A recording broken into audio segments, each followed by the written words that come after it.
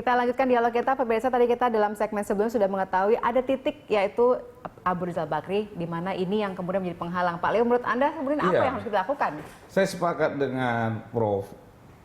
Bahwasanya politik ini kan jangan kalau dilihat sebagai kacamata saudagar, untung dan rugi, sedangkan politik itu bukan itu. Ada negosiasi di situ untuk kemaslahatan umat yang lebih besar.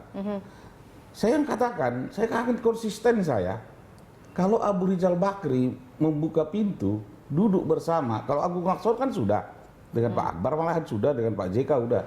Bentuk tim, kepengurusan transisi hanya 2 bulan maksimum, atau sebulan. Ketua Umum, Yusuf Kalla, Sekjen, Akbar Tanjung. Dibantu 5 orang dari sini, 5 orang dari sini, hanya untuk memfotokopi. Dan Munas itu hanya memilih. Selesai. Menurut Anda apa yang menjadi alasan sehingga akhirnya ada keengganan dari pihak Abu Rizal Bakri? Ini pertanyaanmu bagus sekali. Jadi inilah kalau pelajaran untuk bangsa ini, kalau pemimpin kita partai politik ini jangan dikasih lagi ke saudagar. Kenapa? Karena jangan didagangkan ini politik. Saya ingatkan, kita harus ada idealisme. Ada ideologi partai ini.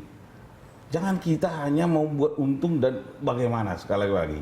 Saya mohon maaf, saya harus membicarakan ini.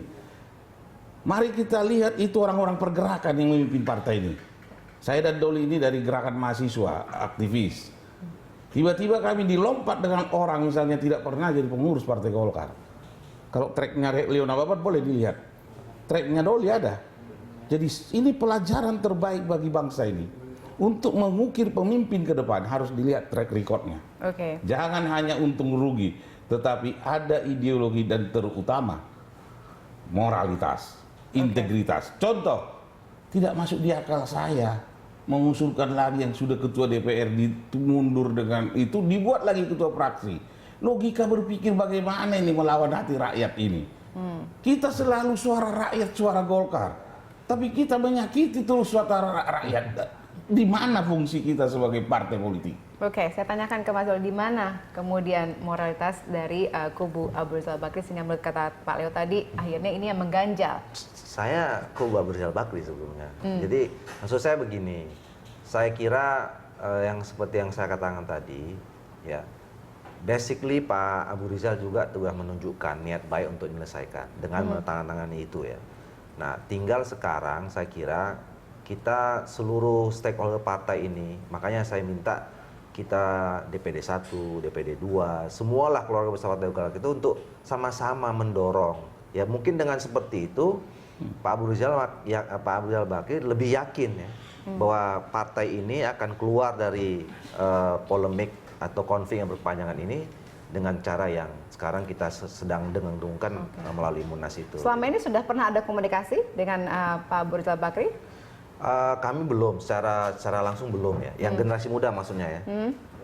Rencana kita akan sampaikan karena beliau masih di luar negeri kan sekarang.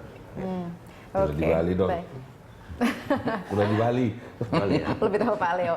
Baik Pak Ikrar, Anda melihat ini sebenarnya bagaimana cara yang paling strategis untuk menyelesaikan permasalahan ini kalau sudah diketahui ada titik di situ yang harus diselesaikan? Ya gini, tadi kalau kita lihat dari gambar yang diajukan oleh Pak Yusuf Kalla itu ya, kan beliau mengatakan bisa pakai yang Munas Riau, bisa pakai Munas Bali gitu ya. Kalau mau pakai aman ya udah pakai Munas Riau aja di mana mereka masih menyatu. Kan tidak ada keributan di situ ya. Ada Agung Laksono di situ, ada Abu Rizal Bakri di situ. Tapi yang jelas tekanan politik itu memang harus datang dari bawah. Ya, dari para pemilik suara di Partai Golkar itu. Mereka itu kalau perlu teman-teman anak muda Partai Golkar itu kalau perlu bikin petisi seperti yang dilakukan oleh change.org ya. .org itu ya. Jadi ini Golkar aja. Changegolkar.org gitu, bisa bikin kan.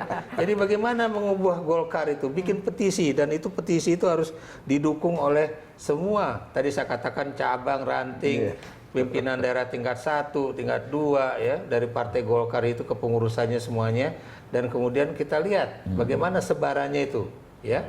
Jadi jangan kemudian nanti misalnya sekian atau 22 DPD 1 Partai Golkar menginginkan adanya pemilihan, nggak taunya DPD-nya itu cuma dari Agung Laksono aja, misalnya kan, atau dari Abu Rizal Bakri aja. Itu harus semuanya. Jadi dua kubu itu harus benar-benar menyatu, hilangkan kubu-kubuan itu, selamatkan partai. Persoalannya mereka mau menyelamatkan partai atau tetap membiarkan partai ini semakin mengecil atau menjadi kerdil itu.